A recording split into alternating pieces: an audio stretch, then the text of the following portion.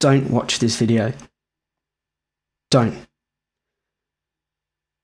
Unless you want to be profoundly changed in the way that you hear music, the way that you perceive music, unless you're prepared for that, don't watch this video.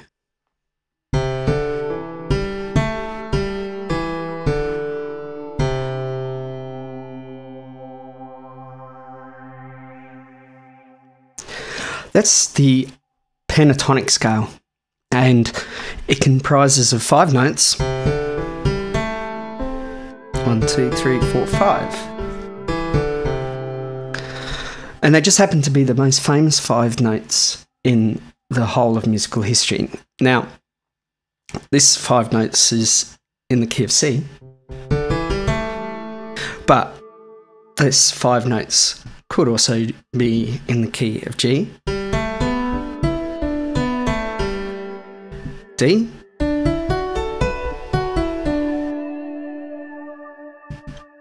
what key it is doesn't really matter. What matters is what it is, and that's 5 notes of specific intervals that have totally shaped the way Western music has evolved.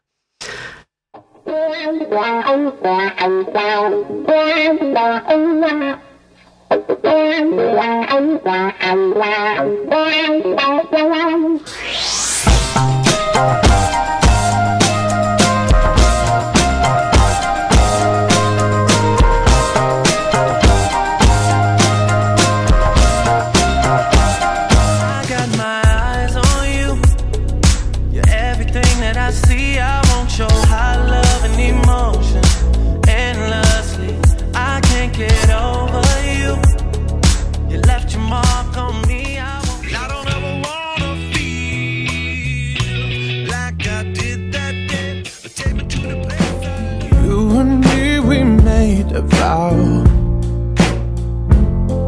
for better or for worse. I can't believe you let me down, but the proof's in the way it hurts. You out of my head, boy, it's more than I dare to think about. La la la, la la la la la la.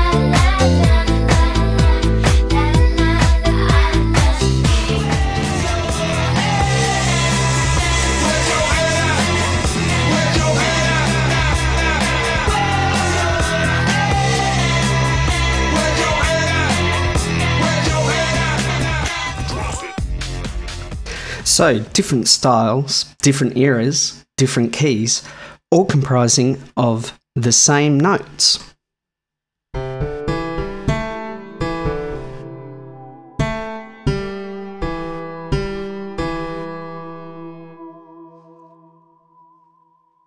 So what does this mean? Well, I only just found a little handful of songs, but essentially I could do that with nearly every single song in existence. Every song really comprises of some variation of those 5 notes. Once you know that, you kind of see things a little bit differently. See, we have 5 notes to choose from in a pentatonic scale. If we don't write a song that contains some variation of these 5 notes, we tend to not like the song. Just think about it. We tend to not like music that deviates from. So what is it about these notes that's so important? Why should we care about this? And should we be trying to deviate from these 5 notes and creating different music? What I'm about to tell you is not new. I didn't think of it. I merely collected all the information in one place and presenting it to you. If you want to know more about this, I'm telling you now that the person who first theorized that this might be a thing was Leonard Bernstein. And if you go up here, you should see the link to his first lecture on this, or his main lecture on this. I'm going to take a little step further because he generalizes things in that era, and that was back in the 70s, late 60s. We are now further advanced now, but we still revolve around these 5 notes. Like, nothing's changed since his lectures. I'm going to modernise it a bit and show you what these 5 notes are, why they're so important, and what it is about them that we as people gravitate towards them, even when we think we're not. So I could show you how to do this using a myriad of different ways. I could show you using a guitar. I could show you using a piano. But because we're in the modern era now, we're in the digital realm, I'm going to use synthesizers to show you what happens, what it is about the pentatonic scale and what it is. To generalize it, it's essentially got to do with the harmonic series. So what is it? Well, whenever we hear a note, we're not just hearing that one single note. We're hearing a range of different, what we call harmonics. Now, what's interesting is some would say that a sine wave is a single harmonic, and I can show you that here. This here is a span, and it will show you the harmonics in series. And so what I'm going to do is just bring in an operator. Now, when I play a note here, you can see that that's one single harmonic just there. And you can see in this area just here, it'll actually tell you what note it is I'm playing. It's pretty smart. So it knows I'm playing a C, and I am playing C.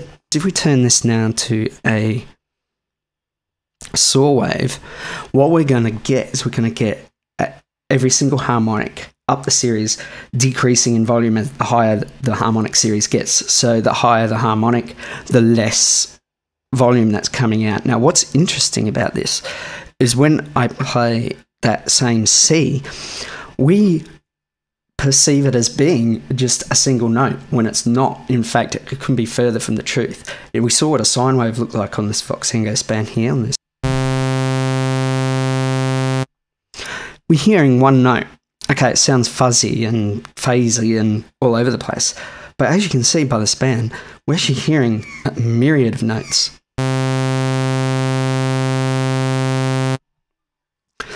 Now, here's where I'd usually go to a guitar, and if you've ever played harmonics on a guitar, you know what harmonics sound like, but I'm going to do a little bit differently because we're in the digital realm. Operator has this really cool feature. Because it's an FM synthesizer, it operates, to cut a long story short, this coarse knob here actually runs through the harmonic series note by note. So if I turn this back onto a sine wave so that we could just see one note at a time, there you go, C. Get it right on the tip there. So that's a C. Now, what I'm going to do is I'm going to run through this harmonic series so that you can see it on this oscilloscope, and we're going to see what the difference is. But I'm going to do this a little bit differently. What I'm going to do is I'm going to turn this one so that we hear each oscillator separately, so that there's no frequency modulation happening. And what I'm going to do is turn this one up to 12 dB as well, and we're going to get, and I'm going to pull this course up so that we can compare it to our fundamental tone. So if I turn that to 2 and that one's at 1, we should now have 2 notes that come up. And we do.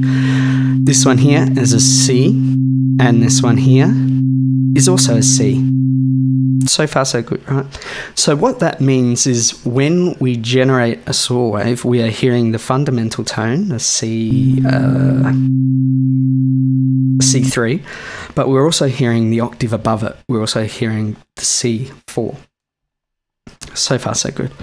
Now if I click this course up one more, oops. Now let's have a look at, see what note this one is. Whoa.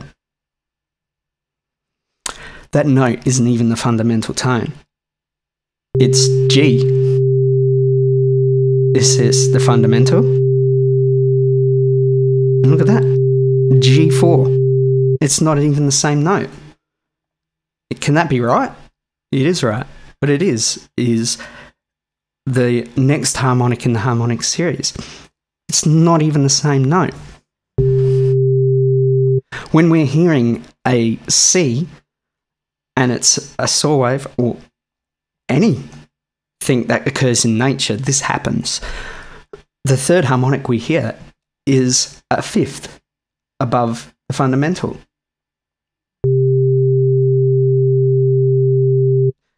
So let's keep going. Let's go to number 4. Now what we'll find here is that's also a C. So that's 2 octaves above the initial fundamental tone. The last harmonic was a G. This next harmonic is a C. That's the interval between those 2 notes is actually a fourth. So the intervals are getting smaller as we get higher. Let's keep going. So now we're up to the 5th harmonic. That's an E. I rearrange those notes now into an order that we're more familiar with. What we end up getting is a C, an E, and a G. Let's turn the level down here on this one. Does that sound familiar? That's the major triad. So if we keep going,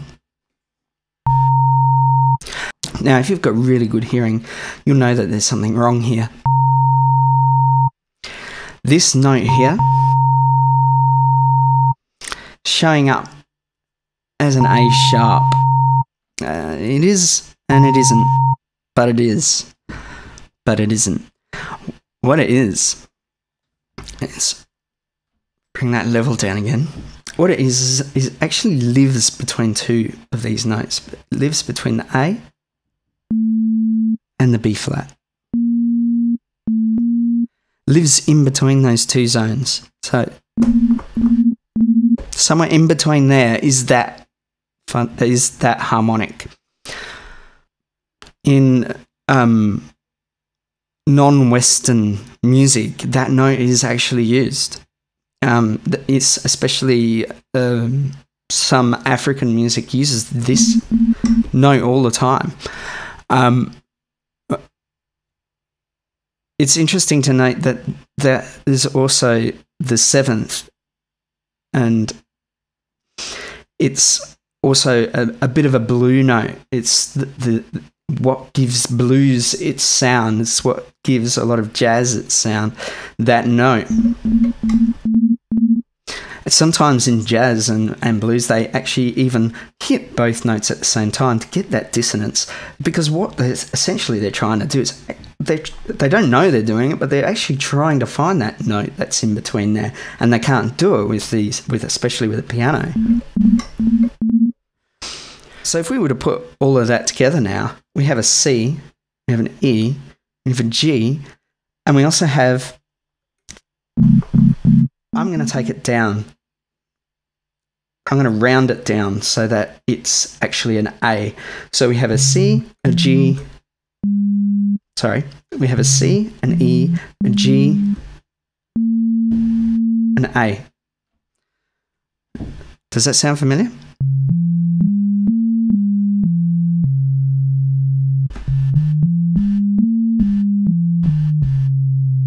Getting close to that pentatonic, aren't we?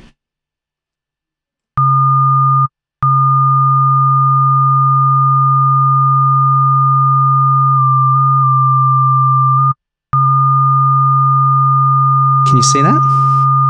Harmonic. So that 9th harmonic now, we're up 9 harmonics, is a D. Our missing note. Oops.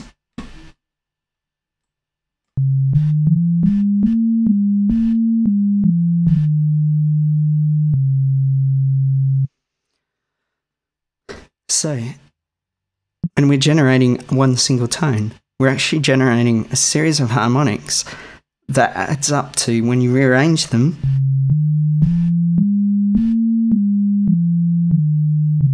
the pentatonic scale. That's crazy, right? So, what can we get out of this? This is what I surmise. I think that the reason we gravitate towards the pentatonic scale is because they're in nature. They naturally happen. We're naturally tuned to those 5 notes. Whenever we hear that one single sustained note, we're hearing the pentatonic scale. In fact, if we kept going up those harmonic series, we would get every single note in the major scale. But because the pentatonic scale happens really early on in the harmonic series, we hear them more. We're more in tune to those. So, is this a scientific method? No. I think at the end of the day, you have to ask yourself, are you making music for yourself or are you making music for other people? And if the answer is you're making music for other people, I think you would be stupid not to make use of the pentatonic scale and make that the prominent voice in your arrangement. If you're just making music for yourself, and if you're not interested in adhering to the masses, then if it sounds good to you, do it. But if your goal is for other people to enjoy your music, yeah, I think the pentatonic is very important. It's part of our psyche. It's part of who we are. And to fight that, I don't think that that's just a clever idea. But prove me wrong.